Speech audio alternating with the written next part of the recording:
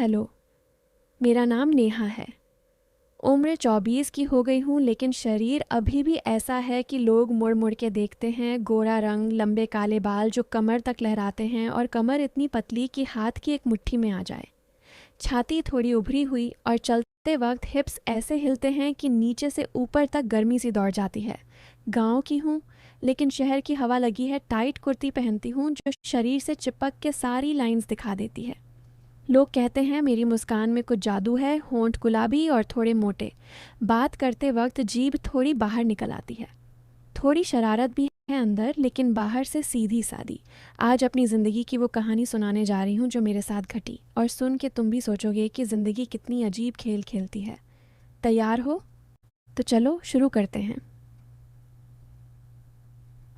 वो दिन था जब मैं अपने मामा के घर गई थी। गर्मी की छुट्टियाँ थीं। मामा का घर पुराना सा, बड़ा सा, लेकिन अंदर से गर्म और उमस भरा। मैं सुबह सुबह उठी, नहा के निकली तो बाल अब भी गीले थे, पानी टपक रहा था। कुर्ती हल्की सी चिपक गई थी शरीर से, और मैंने सोचा चलो छत पर जाकर सूखने दूंगी। छत पर पहुंची तो वहाँ मामा का लड़का, मतलब मेरा कज़िन राजू, पहले से बैठा था। राजू 26 का, मजबूत बदन, चौड़ी छाती और आंखें ऐसी कि देखते ही अंदर तक घुस जाएं। वो मुझे देख के मुस्कुराया, बोला, नेहा दीदी, इतनी सुबह सुबह इतनी ताज़ा लग रही हो जैसे कोई फूल खिला हो। मैं हंस के बोली, राजू तू भी तो कम नहीं, रात भर जागता रहा क्या? वो पास आया, मेरे गीले बालों को छुआ, उंगलियां फिसली नीचे गर्दन तक।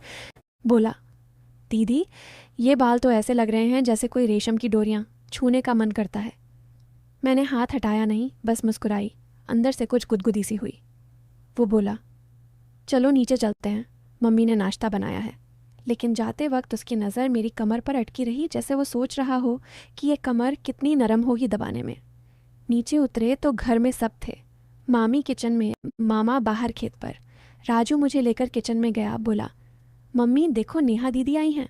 मामी ने मुझे गले लगाया, लेकिन लगाते वक्त उसकी छाती मेरी छाती से दब गई और मैंने महसूस किया कि वो भी थोड़ी गर्म है।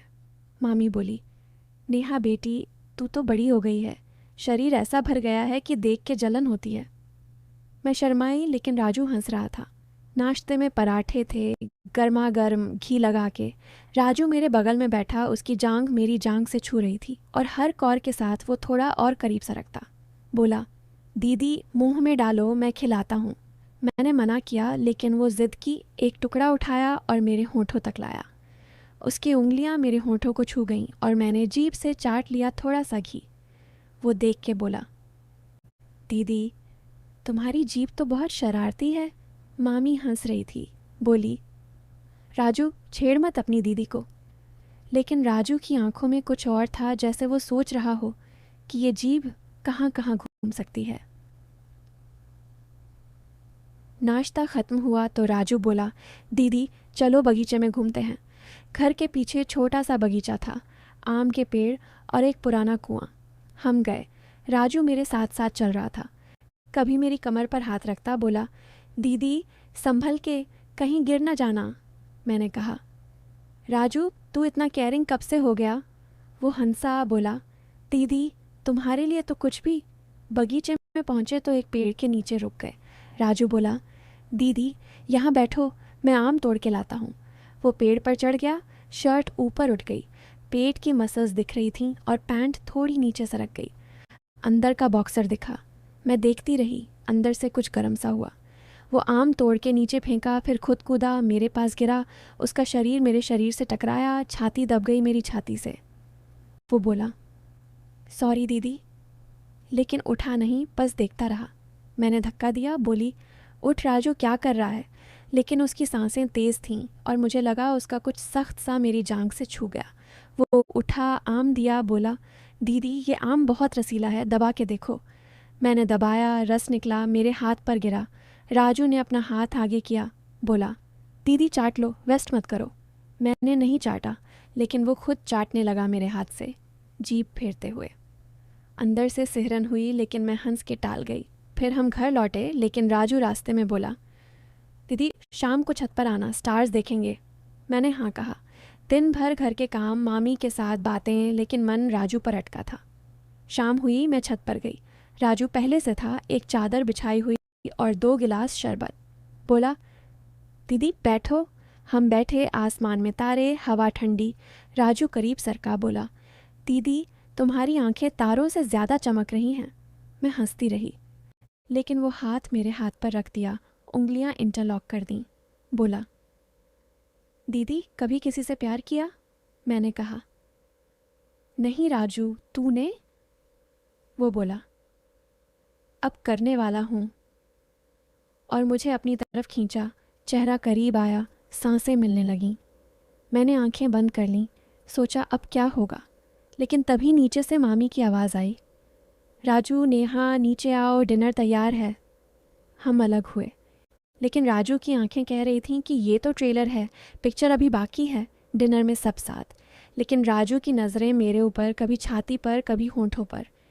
मामी ने नोटिस किया, बोली, राजू क्या देख रहा है इतना?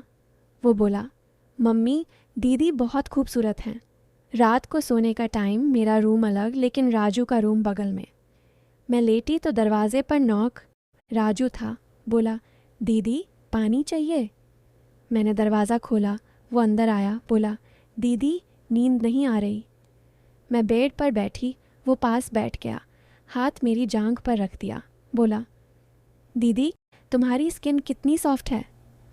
मैंने हाथ हटाया, लेकिन वो फिर रख दिया, ऊपर सरकाने लगा। कुर्ती ऊपर उठ गई, पेट दिखने लगा। वो बोला, दीदी पेट दबाऊं, मसाज करूं? मैंने मना किया, लेकिन वो ज़िद पर हाथ दबाने लगा। लेकिन मैं उठी, बोली, राजू सो जा। वो गया, लेकिन जाते वक्त बोला, दीदी सपनों में मिलते हैं। अगली सुबह उठी तो राजू किचन में, मुझसे पहले। बोला, दीदी चाय बनाई है। मैं पीने लगी, वो पीछे से आया, कमर पर हाथ रख के बोला, दीदी आज क्या प्लान? मैंने कहा, कुछ ही नहीं, कुछ नहीं। वो बोला, चलो नदी किनारे चलते हैं। घर से थोड़ा दूर नदी थी, हम गए। रास्ते में वो मेरे साथ चिपक के चलता, कभी कंधे पर हाथ। नदी पर पहुँचे, पानी साफ, हम पैर डाले। राजू बोला, दीदी नहाएं? मैंने कहा, नहीं कपड़े गंदे हो जाएंगे। वो हंसा, बोला, दीदी कपड़े उतार के नहाओ ना। मैं चौंकी, लेकिन वो मजाक कर रहा था। फिर वो खुद पानी में उतरा, शर्ट उतार दी, सिर्फ पैंट में। शरीर चमक रहा था, मैं देखती रही। वो बोला, दीदी आओ ना। मैंने मना किया, लेकिन वो मुझे खींचने लगा। पानी में गिर गई मैं, कुर्ती गीली हो गई, शरीर दिखने लगा। राजू पास आया, मुझे सहारा दिया, लेकिन सहारा देते वक्त हाथ छाती पर चले गए, दबाव डाला। बोला, दीदी सॉरी, लेकिन दबाव बढ़ता गया। मैंने धक्का दिया, बाहर निकली, लेकिन अंदर से गर्मी थी। हम घर लौटे, कपड़े बदलने गई, लेकिन राजू बाहर खड़ा। बोला, दीदी मदद चाहिए? मैंने दरवाज़ा बंद किया। दिन भर ऐसे ही राजू हर मौके पर करीब आने की कोशिश, लेकिन मैं टालती। शाम को फिर छत, लेकिन मुझे गले लगाया। बोला, दीदी तुम कितनी अच्छी हो। मैंने कहा, ही राजू हम कज़िन हैं। अगले दिन मामा आए, बोले, नेहा घर चल, कुछ गड़बड़ है या बात है? मैं गई, लेकिन राजू की आंखें कह रही थीं कि मिलेंगे फिर। घर पहुंची तो पता चला पापा की तबीयत ख़राब, लेकिन असल में गांव में अफवाह थी कि राजू और मैं, लेकिन वो अफवाह नहीं, कुछ और। धीरे धीरे पता चला कि राजू ने मुझे बचाने की कोशिश की थी जोर से। वो हीरो था, और वो टच सब प्रोटेक्शन था। राजू आया, बोला, दीदी सॉरी अगर हर्ट किया, बस तुम्हें सुरक्षित रखना था। मैं रो पड़ी, गले लगाया, लेकिन अब भाई जैसा। और तुम क्या सोचे?